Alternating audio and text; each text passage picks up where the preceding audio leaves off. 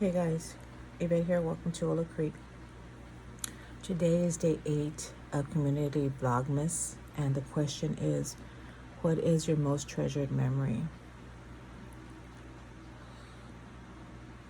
I have to pick one memory because I have a lot of them.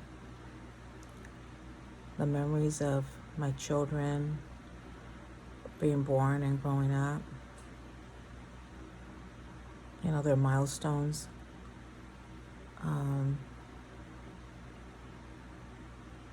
The times that I spent with my grandmother growing up. I practically lived in her house.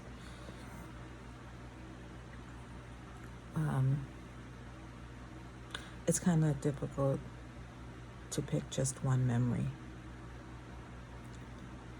because we all have memories that we cherish of every person that we know. And I don't think it's fair to them to just pick one.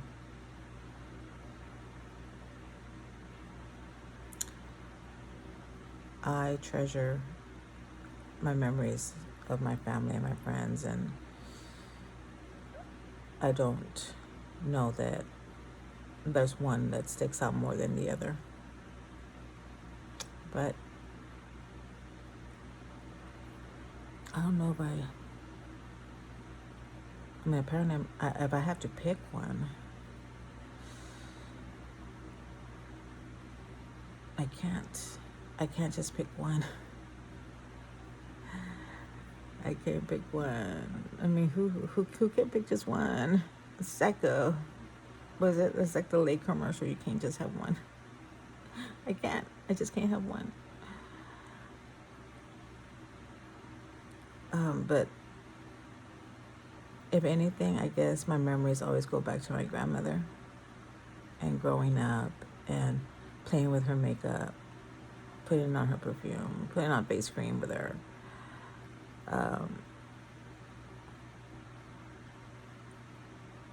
Her teaching me the saints and what they meant and how to pray to them, and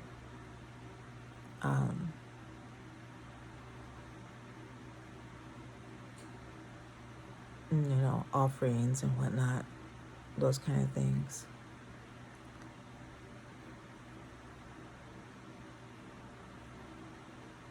There's a memory that sticks out in my head that with my grandmother, that when I was growing up, I always saw her. She has the Saint San Martin, and he had a big old red spot on his head, and I was little, like I just thought that it came that way, I was like, Grandma, why does he have a red spot on his head? And she goes, because I kiss his head before I leave to work every day. And I was like, oh, okay. So then I realized it was lipstick. He had a pile of lipstick on his head. Because, he was a very old statue. And big, huge pile of lipstick on his head. And I didn't know that's what it was. And then the same thing with the Virgin Mary, but she had red lipstick on her feet, and I just thought they came that way. She bought them that way, so I didn't know, or they were given to her that way. But yeah, it was. I didn't realize, I didn't know. But growing up, the whole time, I was learning my craft. I was learning what I needed to do and how to work things, how to do where energy work and everything. And she taught me a lot of things. As you well know, that she in day 5, when we spoke about heroes, she was my hero.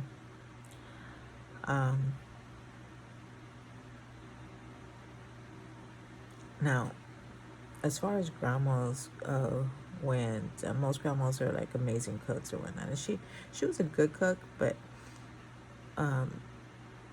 she did like basic cooking, right? So all the major Hispanic cooking that I learned or that I know to cook actually does come from my aunts and my mother, um, not from just my mom, because my mother was taught to cook by my aunt. So those are the big major stuff like homemade tamales and tortillas and menudo and Mexican food. I was taught by my aunt and my mother. It's mainly my aunt because she was another person that I spent a lot of my time with.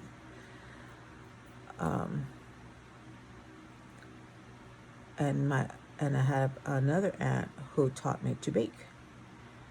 So everybody had their own strengths, in our home, and everybody did their own little witchy thing when it came to the kitchen. And I was taught every little thing.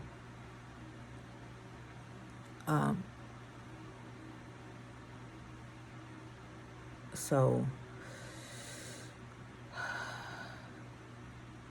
lavender cookies, muffins, all that stuff, can do. Do you want a mean tasting tamale? I can help you. But if it's just,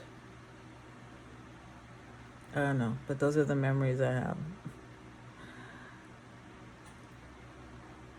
It just stuck out, the whole lipstick on the forehead situation. I had no idea. I really didn't know.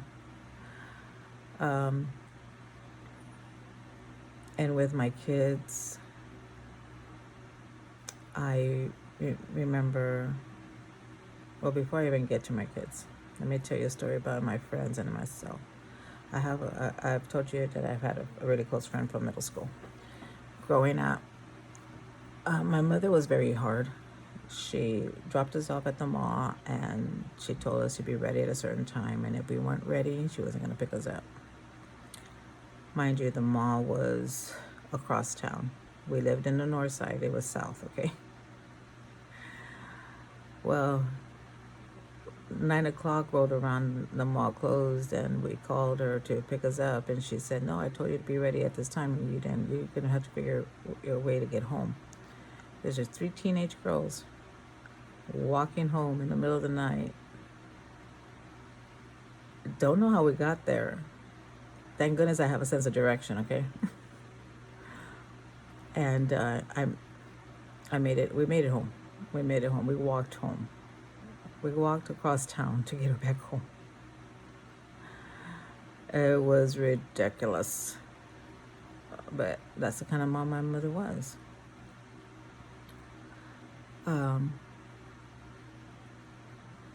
As for my kids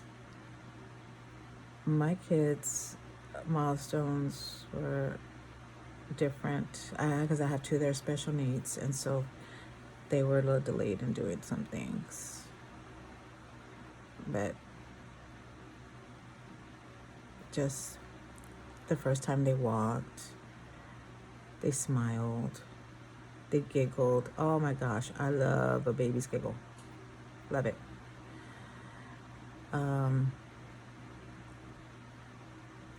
But the one thought, I'm at 9 minutes, the one thought that just sticks out and is just very, I can't stop, is, I can't stop laughing about it when I think about it. We were downstairs. I was making supper. We were downstairs, and then I was waiting for something to be done, and I sat on the couch and I was watching TV. So my middle son comes down. He's about 10, I think. 9 or 10, around there. Comes running down the stairs. Mom.